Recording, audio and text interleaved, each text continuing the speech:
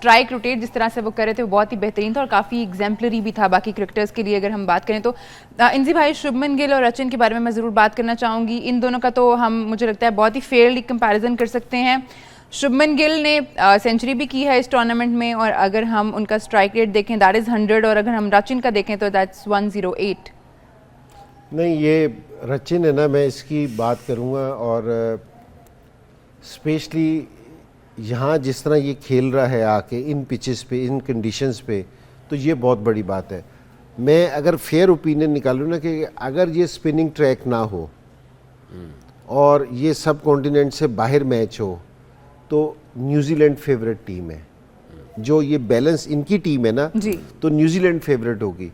हम सिर्फ ये नहीं है कि जी इंडिया की बैटिंग है ना बहुत फेवरेट है या इस तरह की है।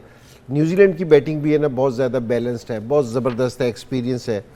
लेकिन सिर्फ अगर आप पिछला मैच भी देखो ना, कंडीशंस की वजह से ये हारे हैं। ये इंडिया को ये कंडीशन सिर्फ फेवरेट कर रही हैं कि उसकी वजह से कि जी 4 स्पिनर से आप अगर नोट करें कि कितने वनडे के मैचेस, कितने टूर्नामेंट में कभी आपने देखा कि जी 4 स्पिनर्स के साथ खेलते हैं? कोई कहीं भी कोई आपको इस तरह के जी 4 स्पिनर्स के साथ खेल रहे हैं? तो इसका मतलब ये है कि जी कंडीशंस किसी के लिए बनाई जा रही हैं कि ये आईसीसी का टूर्नामेंट नहीं है कि जी आप है ना कि आईसीसी का टूर्नामेंट है कि जी आप है ना फेयर कंडीशंस बनाएं। जिस तरह पाकिस्तान की पिचेस थी ना दोनों के लिए कि जी अगर एक टीम ने 300 किया है तो दूसरी ने भी 300 किया है, फेयर थी। यहाँ सिर्फ स्पिनर्स के लिए कि जी 4 स्पिनर्स खेल रहे हैं। लेकिन लकीली ये है कि जी न्यूजीलैंड भी है ना स्पिनर्स के मामले में ना थोड़ा सा बेहतर है क्योंकि जो उनके स्पिनर्स ने भी इस टूर्नामेंट में बेहतर परफॉर्मेंस दी है। तो यहाँ मैं ये शुभमन गिल तो नंबर 1 प्लेयर है इस टाइम, इसमें कोई नहीं। दोनों यंग प्लेयर्स हैं और दोनों टीमें अपना बहुत ज़्यादा रिलाई इस चीज़ पे कर रही हैं इन दोनों प्लेयर्स पे। वो इसलिए क्योंकि जी शुभमन गिल भी खेलता है तो जिस टाइम टॉप से, ये भी टॉप से खेलता है। अगर पिछले मैच में जिस तरह रिचर्डसन ने भी वो क्या नाम है इनके, केन विलियमसन ने भी 100 किया था ना जी। इसका जो उनका स्ट्राइक रेट था ना वो विलियमसन से बेहतर था, रचिन का बेहतर स्ट्राइक रेट था। तो ये ऐसा प्लेयर है कि जी ये अगर खड़ा हो जाएगा तो ये डेंजरस है इंडिया के लिए भी। ये दोनों प्लेयर्स अगर खड़े हो जाएंगे तो मेरे ख्याल में लोगों को देखने का बहुत मजा आएगा। बहुत नेक टू नेक मैच है इन दोनों का, बहुत ज्यादा। Now the comparison of the greats of the current game, Virat Kohli and Kane Williamson, काफ़ी एक्सपीरियंस बैटर्स अपनी अपनी टीम के लिए। और अगर हम विराट कोहली की मैचेस देखें, मैचेस तो खैर उनके बहुत ज़्यादा हैं, 301, और अगर हम केन की बात करें तो 172 स्ट्राइक रेट और एवरेजेस। सकी भाई, इन दोनों के बारे में क्या ही कह सकते हैं? दोनों ग्रेट अभी करंट जो एरा चल रहा है क्रिकेट का उसका। देखें, दोनों मास्टर हैं जी। जिस तरह के इनके स्टैट्स बता रहे हैं, खैर विराट कोहली का तो स्टैट्स तो बहुत ही आउटस्टैंडिंग किस्म का है in terms of average, strike rate, 100, 50, number of games, सारी चीज़ें में डिफरेंट बता रही हैं। बट आई थिंक ये दोनों जो है लगता है बैकबोन है। अगर स्टैट्स को खाली देखें और इनके हम क्रिकेटिंग दूसरी चीज़ों को छोड़ दें तो लगता है ऐसे कि बैकबोन है ये, और ये पूरी गेम को एंड तक लेके जाते हैं, बनाते हैं और फिनिश करते हैं। दोनों का रोल जो नज़र आता है स्टैट्स के एतबार से, इसमें कोई शक नहीं। और विराट कोहली जो है वो जब भी ऊपर नॉकआउट के आता है तो वहाँ पे उसका एक डिफरेंट, उसके अंदर से एक इंसान जाग जाता है। वो डिफरेंट अंदाज से वो लड़ रहा होता है और उसकी बॉडी लैंग्वेज या उसकी आंखों में जो स्पार्क है और जो उसका जो एटीट्यूड है वो सारे खिलाड़ियों से आउटस्टैंडिंग हो जाता है, वो डिफरेंट हो जाता है। और केन विलियमसन, क्योंकि मैं थोड़ा सा इसके साथ ड्रेसिंग रूम में रहा हूँ, वो इसको ये ट्रेजर समझते हैं ऑफ पेशेंस, ये ट्रेजर समझते हैं of deeper knowledge of the game. वो ख़जाना है ये, वो ये समझते हैं कि ये कामिंग इन्फ्लुएंस लेके आता है ड्रेसिंग रूम में, बहुत काम, और इसके अंदर क्रिकेटिंग नॉलेज बहुत ज़्यादा है।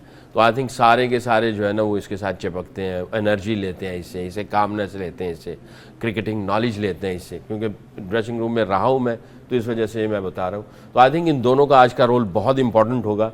नेक टू नेक देखा जाए, ऑब्वियसली विराट ने बहुत कुछ अचीव किया हुआ है, इसने भी बहुत कुछ अचीव किया हुआ है, बट आज कौन कैसा अचीव करता है जो कि अपने मुल्क के लिए जो है वो ट्रॉफी लेके जाता है। तो I think it will be very exciting to watch these two legends of the game.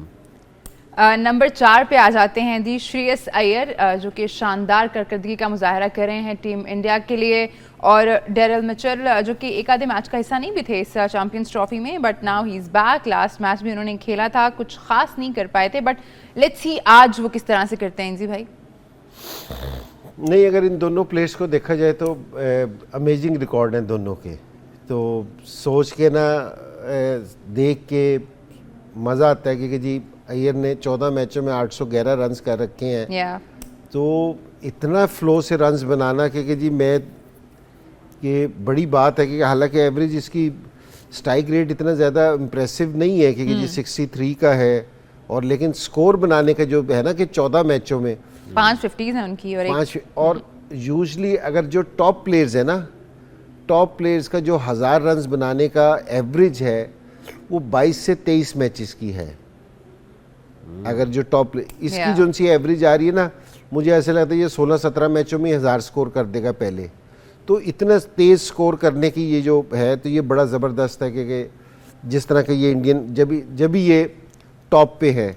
लेकिन अगर आप डेरिल मिचेल्स को देखें ना, उसका भी रिकॉर्ड है ना 48 मैचों में उसने भी 1800 रन्स कर रखे हैं। ये भी बहुत तेज़ हैं स्कोर बनाने के हिसाब से, क्योंकि जी ये भी बड़ा ज़बरदस्त है, और इसका स्ट्राइक रेट है ना 96 का है। तो ये दोनों प्लेयर्स है ना, मैं इसलिए आपसे कह रहा हूँ कि जो फ़र्क है ना दोनों टीमों का, जो हम इंडिया को एडवांटेज दे रहे हैं बैटिंग और बॉलिंग का, सिर्फ कंडीशंस की वजह से दे रहे हैं।